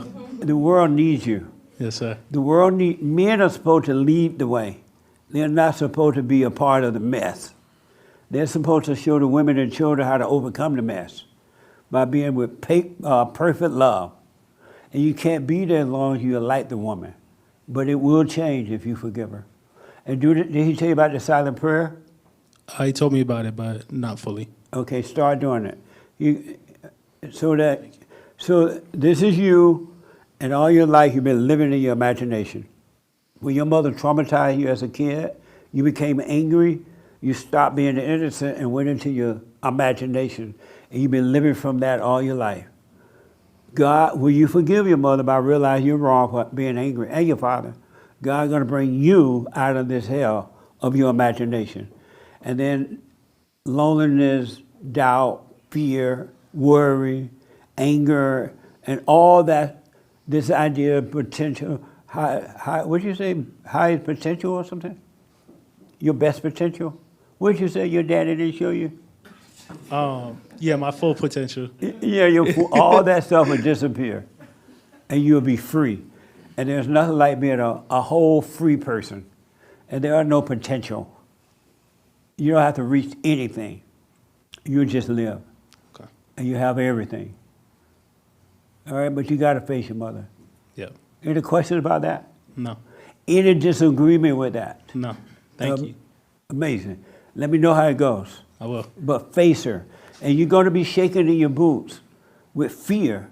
And the devil going to tell you, oh, you're going to hurt her feeling. She's going to cry. You're going to make her mad, whatever. Let her act whatever way she want to act. You're just looking at a crazy movie. But you forgive her anyway, and God will forgive you. Yes, sir. All right? Any questions about that? No. Amazing. Thank you. Yes, ma'am. I have a question. So, how do you differentiate between, because I've heard you say, go and forgive. Right. Which means go and admit that you're wrong for being angry. Right. I'm wrong for judging you. I'm wrong for judging you. So then you've also said, don't ask for forgiveness. Never, ever, ever, ever, ever, as long as you walk this earth, never, ever, ever, ever, ever ask a person for forgiveness. People don't forgive. People don't forgive. They will see that as a weakness and they will use it against you. Really. You forgive them by not being angry at them, and God will forgive you. God is your concern, not people. People don't forgive. So, just so I understand, people don't forgive, but you're going to forgive. Right. You are forgiving them because you have Amen. judged them. Yes. And so you're wrong for judging. Right. So when you say people don't forgive, are you saying don't go and tell them, apologize for making, I don't know. I'm trying to make sense of, you go and forgive, but people cannot forgive. What's the distinction? You're going and admitting that I am wrong for judging you. Mm-hmm. I'm wrong for being angry at you. I'm wrong. Mm-hmm. And so I'm sorry for judging you. Mm-hmm. And then God will forgive you. So you've gone and forgiven. What? Yeah, you about to make me not forgive. No, I'm trying to make sense of what you mean when you say people can't forgive, but you're going to forgive. So you're a person going to forgive. What you're going to do is you're going there to say, hey, I'm wrong for being angry at you. Right. I'm wrong for judging you. Right. I'm wrong for playing God. Right. And then God will forgive you for that and set you free. Okay. So what you mean, do you mean that when someone is asking for forgiveness, you're not supposed to ask for forgiveness. Forgiveness. And never ask another person for forgiveness. So don't ask someone to apologize for being mad at you? No. That's what it means? I'm sorry? Is that what it means? You're not supposed to go and say, hey, Mm-hmm. don't be mad. I don't know what you're asking me, but I think you're asking, Mm-hmm. you going to a person that you're mad at, right? That you, Or who has made you mad? right. Yeah. And you're going to that person and say, I'm sorry for being mad at you. I'm wrong. That is forgiving them. I'm sorry? That is you forgiving. Yes. Admitting. Admitting you're wrong. Yeah, so do you mean when someone goes and asks for forgiveness, is it like they're saying, what are you saying what do you mean when you say, don't ask them to forgive you? What do you mean by that? Don't ask them To to forgive you. Don't go because to your human mom. beings don't forgive. Human beings cannot forgive and they don't forgive. Only God forgive. So what are you asking them not to do? Nothing. You just apologize because you're wrong for judging them. Right. I'm wrong for judging you. That's what you're saying. Anyone that get angry are judging, and they're playing God. And when they play God, they will never know God. Mm-hmm. Because they're playing God, they're judging someone else, or themselves. You're not supposed to judge. Okay, so would asking them to forgive you be like saying, apologize for being mad at me? Is that kind of what someone would be doing? Repeat that. So if you're asking someone to forgive you, would it be equivalent to asking someone to apologize for being mad at you? But you're not supposed to ask them to forgive you. You apologize for judging them. Right. Yeah. Is that difficult? It's not difficult, it just doesn't make sense. The reverse doesn't make sense. And why not? You think you should do what? I understand that when you realize you're angry and you're judging them, you apologize for being mad at them. Right. Because it's wrong for you to judge them. Right. What doesn't make sense is what you would actually be doing if you when you say, ask them to forgive you. If I go to my mom and say, forgive me, what am I really You're judging your asking? mother. I'm sorry for judging you. Anyone that has anger, judge. Anyone that judge, play God. And I'm sorry for doing that. I'm wrong. Yeah, that's clear, but yeah, the other half is what's not clear. But that's What okay. other half? There ain't no other half. What do you mean when you say don't ask them to forgive you? What do you mean by that? I understand go and forgive. Go and admit you're wrong. Right. Yeah, but what do you mean when you say don't ask them to forgive you? What do you mean by that? This young man want to respond because I don't understand your question. Kind of had a thought about, And then you have to. which I don't know if that was a good thing, but if I say I forgive you, Mom, for this and this and this, is that me judging them in that time? So would that be correct or incorrect? If you say I forgive you? Yeah, I forgive you for what you did when I was 3 or whatever. Yeah, that's what. Is that judgment? You admitted that you were judging her. You were judging her by being angry at her. Anyone that has anger is in a state of judgment.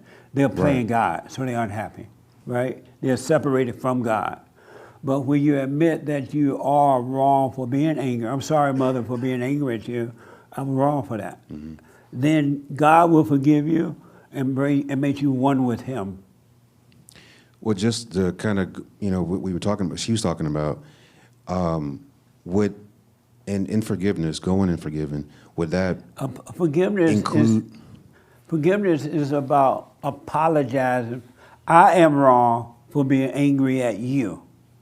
And the only reason you're angry at them because you don't know that they couldn't help themselves. It wasn't them, it was something else in her or him that was making them act that way. But you don't know that as a kid. Mm-hmm. And so when you grow up and realize they couldn't help themselves, just like I couldn't help myself, they couldn't help, so I'm wrong for judging you. I'm sorry. Yeah. so I forgive you for this, but I was wrong for hating you for it. Right, I'm wrong with that. Because you're not, you apologizing for judging. Yes. Anyone that has anger play God. You're always judging, right? And so you apologize for playing God, judging. Yeah. That make sense? Makes sense. Do you know how to answer the other half that she had? That was all I was going to say to what she was talking about. Oh. I don't know if that helped. Oh, okay. Did that help? No, she got another part. You can help her? Oh, maybe this lady here can help her. And then I'll come to you. Okay, so when you're asking someone to forgive you, you're putting an expectation on them, like they have to come. Like when we're forgiving, we're acknowledging ourselves. We're acknowledging our own anger, and that's all we can do. And so that's why we forgive through God. But when we're asking others to forgive us, we're wrong for that because we're expecting them to come to that realization when they haven't. Because human beings don't forgive, only, who am I talking to? Only God forgive. We judge. And that's Satan that's judging, to be honest.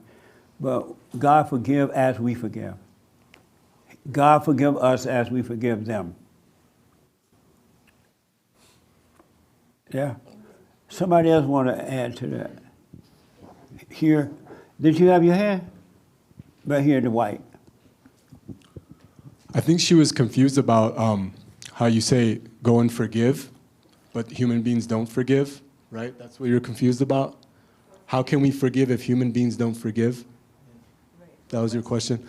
I think it's not just us forgiving. I think the light of God allows us to forgive. Right. So it's not us by ourselves. We don't forgive.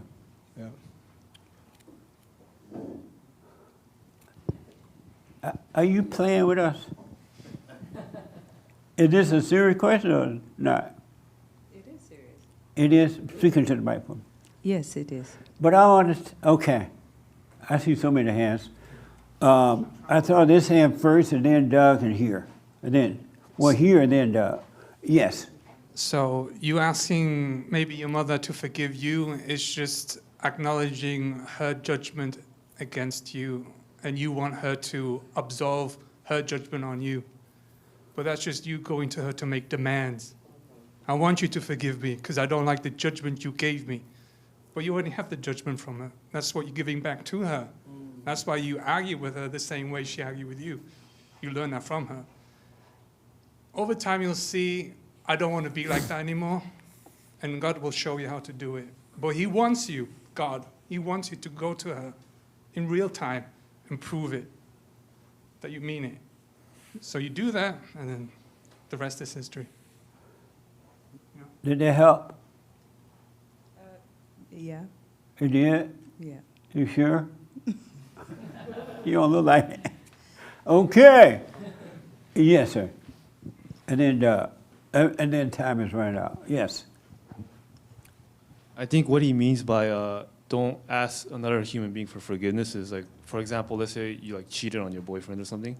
You shouldn't ask him for forgiveness because at the time he might pretend that he forgives you, but most human beings, they'll use that against you forever. But what you should do is just realize that that was wrong and just not do it. But you shouldn't ask him for forgiveness because then he's not going to truly forgive you. He's just going to bring it up in the future to use it against you as leverage. Only God forgive. We admit we're wrong for judging. God forgive. We don't forgive. We admit we're wrong because we're not in control of anything. Yes, Doug. I was just going to add that to ask somebody for forgiveness is asking them to play God, because if God is the only one that can forgive, absolutely, and I'm saying, please forgive me, it's like they're gonna act out what they think God's role is. Did that help?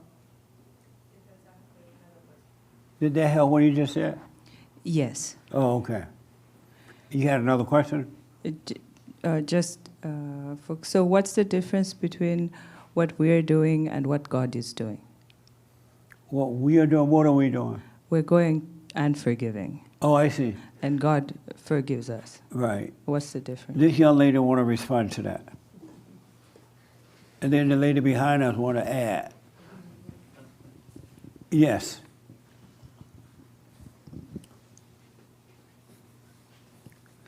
Oh. Did you understand the question? She asked what's the difference between what God does and what we do when we go to forgive, I think. Is that what she said? When we go to forgive, I believe it's like he's going before us, or he's over us when we're going to forgive or apologize for our resentment. And I think the difference is that God stands alone. We don't do, like, we can't do that on our own and fully mean it. But when God is over us, or he's within us, then we can truly forgive, because you said the truth is always with us and on our side. And we can only do, I guess, what is true when he's upon us. And obviously we're not God, so he doesn't need anything to go with him to forgive us. It's just something that is. Okay. And I might be a little confused, but I feel like when we go to do that we're not doing it of ourselves, that it's God within us that leads us to go and apologize for the resentment. Nice. The young lady want to add to that, and the young man, and then we got to end. The one behind you. About the difference between what God does and what we do? Yeah. Well, God is pure, and he's good and love, and what we're doing is acknowledging the wrong within us, of the action, well, not the action, and so it's just coming clean before God. Okay. Yes, sir.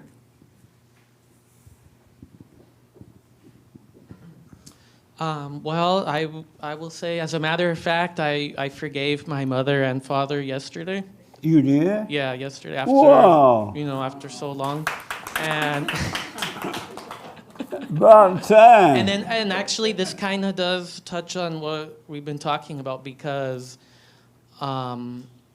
this group and you and my wife had been pressuring me for so long, and and I was resistant, because I just wasn't ready to, and I didn't feel like it would be authentic, and so I didn't see any point of it. I'm like, why am I gonna say words just to check a box or Right. something when I really don't feel it in my heart? And so I really, after this time, at this point, it did start to feel like the right time. And so, and I was kind of surprised that to be completely honest, I was scared, and it was kind of scary because, and when I went to visit them specifically for that purpose, I kind of put it off until the end of the visit, and I just, the time was ticking down. I'm like, okay, well, I'm gonna have to leave soon. I better do this. And then I did. I sat down and I did it, and it was kind of scary. But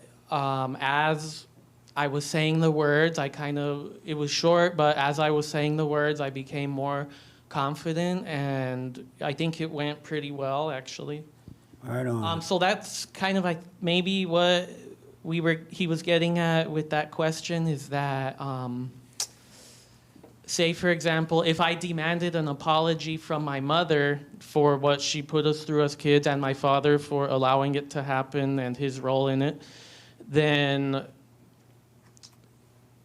it wouldn't be genuine from them either. So it had to come from me, just telling them that I, in a sense, was apologizing. I realized that too when I was forgiving them. I realized, wait, this is actually like an apology in a sense, because I was apologizing for being angry and resentful towards them. And so it's kind of, I don't know, however you want to use those words interchangeably, but yeah, the whole forgiveness thing essentially is an apology in a sense. Amazing. I forgot what the question is now. I mean, from her. What's the difference between what God does and what? What's the difference between what God does and what we do? About forgiveness? Yeah. Oh, only God forgive, we don't. Only God can forgive. He forgive us as we forgive others, and the way we forgive others by admitting that we're wrong for judging. When you can see that you're wrong, God will forgive you. But as little kids, we don't see that. We can't help it. As adults, we can see that. And when we forgive others, God will forgive us and make us free. Because they can't help themselves either. Amazing. You're still looking crazy though. That makes sense? Yes. Oh, okay. She said yes. I'm about to deal with the biblical question on the radio tomorrow. Because of time. Because of time. Cliffhanger. What? It's a cliffhanger. Right, a cliffhanger. Amazing, huh? Any first-time visitors? Oh, cool. Any question? Welcome. Tell me your first name and any question about anything you've heard or anything. I don't really have questions, but my name is Spencer. Welcome, Spencer. How did you hear about us? My friend Diego. Right on. Okay. No questions? No, sir. Okay. In here, any first-timers? Tell us your name. How did you hear about us? Any questions or anything? My name's Carrie. My friend Egan introduced me to your channel. Okay. Any questions? Yeah. How do you forgive your mother and your father? And also, what if you don't have the opportunity to? And why not? Why wouldn't you have the opportunity? Well, maybe one is past. Oh, okay. Is that the case? I don't know. You don't know if one of your parents are dead or not? Correct. Why do you don't know? I haven't spoken to my father in maybe 10 years. 10 years? Yep. Oh. Can you find him if you wanted to? Well, I have a phone number that I could call. I'm sorry? I have a phone number I could make a call to. So you could find him, talk to him if you wanted to? I could try, but I have a feeling that he's not alive anymore. And why you have a feeling? I just have a feeling. And so your question is what now? So how do you actually, you're talking about forgiving your mother and your father. Right. And I guess to this guy's point, he felt like it was the right time. And I would like to forgive my mother, but I guess over time, how do I know that's correct in the moment? Do you see that you have anger toward her, for her? I have a lot of resentment. You see that for yourself? Oh, yeah. And do you think it's right to resent her?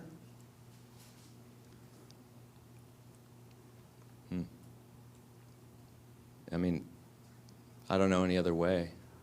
And so it seemed right to be angry at her? Yeah. And do you see that you become like her?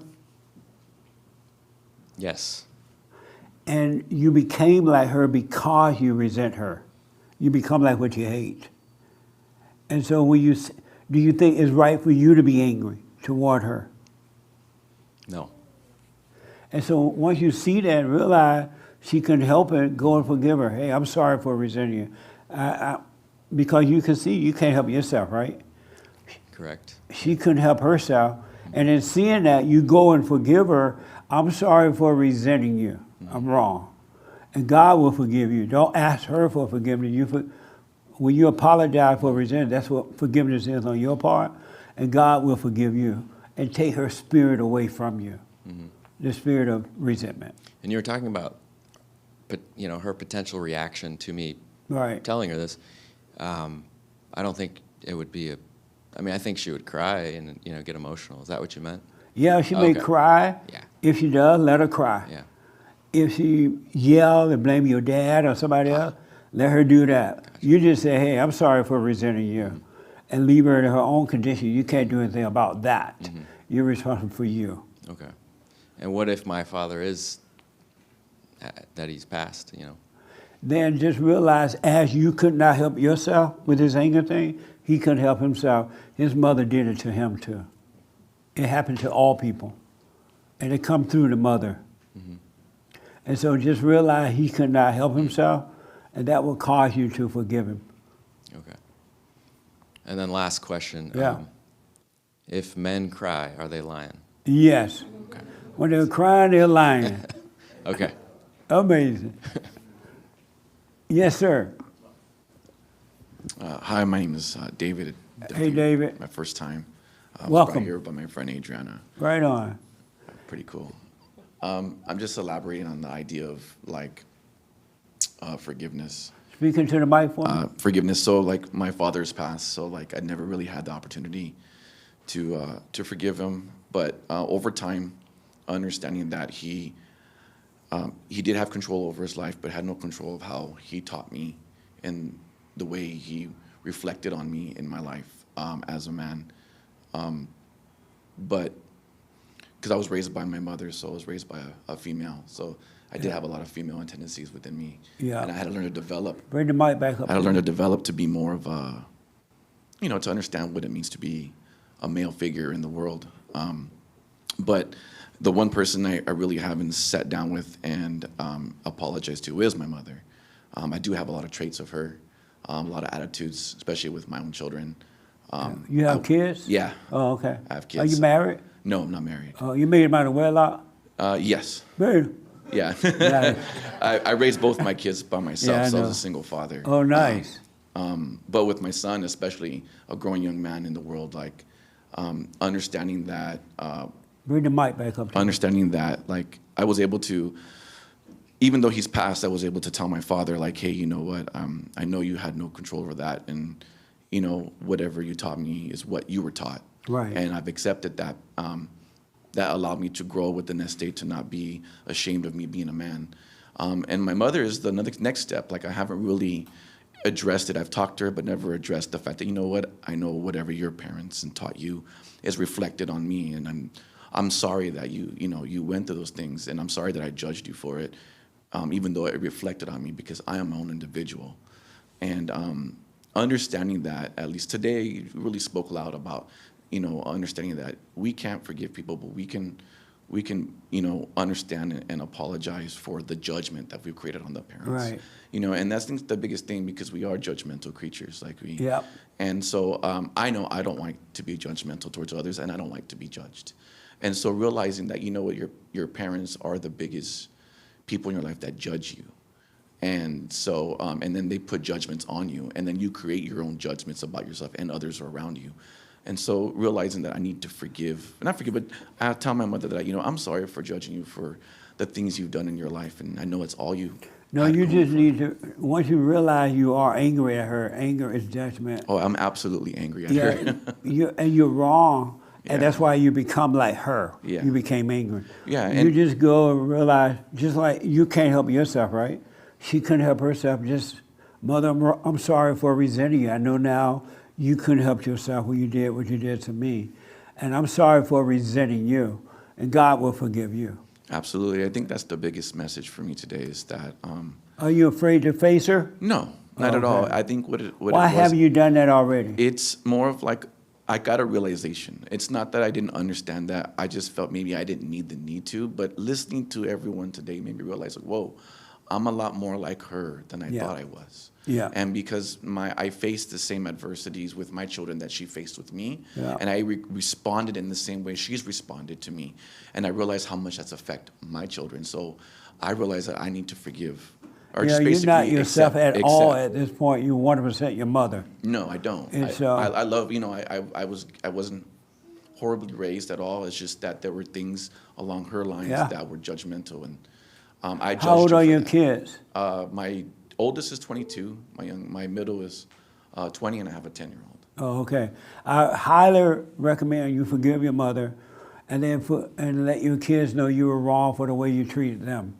Oh yeah, I've done that already. As a matter of fact, Okay. my children and I, obviously I raised them on my own. When they moved out, my children had a lot of resentment towards me because of the way I acted. Yeah. And they had every right to judge me the way they did. But Well, they didn't have a right, but Well, I felt We're the not things, the supposed things to that I judge, did to but they them, couldn't help it. The things I did to them is what I was taught by my parents. Absolutely. And so the way I overcame that with my children was letting them know that I was supportive. That even though they didn't want to be around me or they didn't want to talk to me. Did you like they tell used them to. you were wrong for the way you treated them? Yes, Oh, okay. absolutely, because I knew how I was, and I realized the person that I was and how it reflected on them. Yeah. And the day my daughter's a tattoo artist, so I was able to respond to that not only with love and compassion, but to support her Well, dream. you don't have love yet. You know, but I supported her dream, and that created. No, you can't support her dreams either. Like I gave her something to start her dream. I'm not sure how to respond to that. Like, but I helped Because her. of time, though, we're out of time right now. Right now, your only responsibility is to apologize for being wrong, for the way you treated them, and then hopefully they will forgive you, and then they'll start growing themselves. You know, don't get in the way of that. I agree with that And because then they are forgive your changing. mother so you can be around them in the right way. Correct. Yeah. Correct. I agree. Right on. Thank you. Anybody else?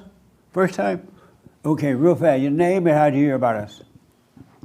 Hello, my name's Fernando, and I came here with my brother. He brought me.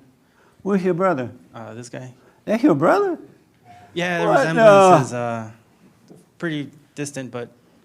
You've been distant from him? No, the resemblance. The resentment had you, what'd you say? The resemblance. The resemblance. Yeah. Oh, it sure is. Any questions or anything? I suppose, yeah. I don't know if I would, I mean, I can say I've forgiven my parents, but I would feel more comfortable when I say I accept them for who they are, for their flaws, you know? And, you know, growing up What does that under... mean, accept them for who they are? What do you mean? Well, for me, accepting them is I understand them. They're human, they're not perfect. But you're still not going to be free until you forgive them so God can forgive you. So that's not the same as acceptance? No. Okay. I mean, you don't want to accept evil, you want to overcome evil.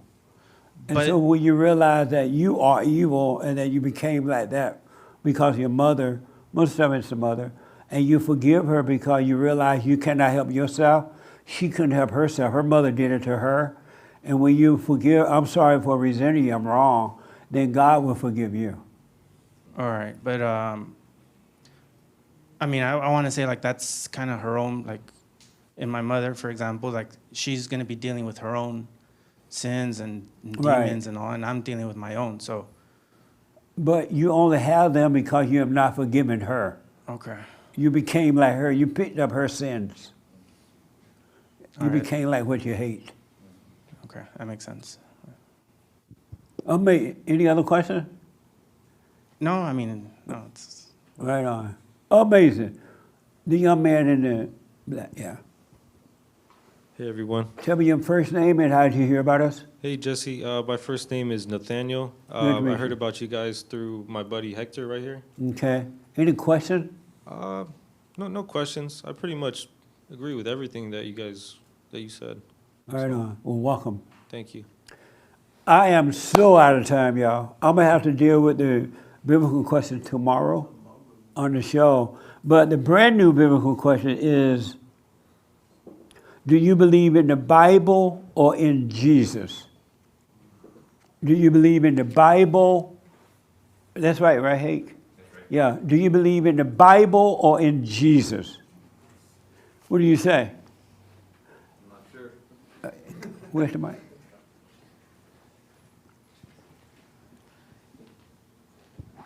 What do I believe? Do you believe in the Bible or in Jesus? At this time, I grew up religious and I've detached myself and not believing the Bible or Jesus for a long time. Oh, okay. And I've just believing in God. So, but I've detached myself and believing the Bible or Jesus. Okay. Amazing. How about you? Me? Yeah. Do you believe in the Bible or in Jesus? I believe in the message of the teachings of both, but I don't know if I can say that I believe in either because I can believe something from a limited perspective of my ego and what I've been taught. So you don't know if you believe in the Bible or Jesus? I believe in the message and the representation, but I don't know if I can say that I understand both. Okay. Amazing. Completely. So. How about the young man behind you? You believe in the Bible or in Jesus? I believe in Jesus. You believe in Jesus? Yeah. Amazing. Yes, Raymond. Last word, Raymond.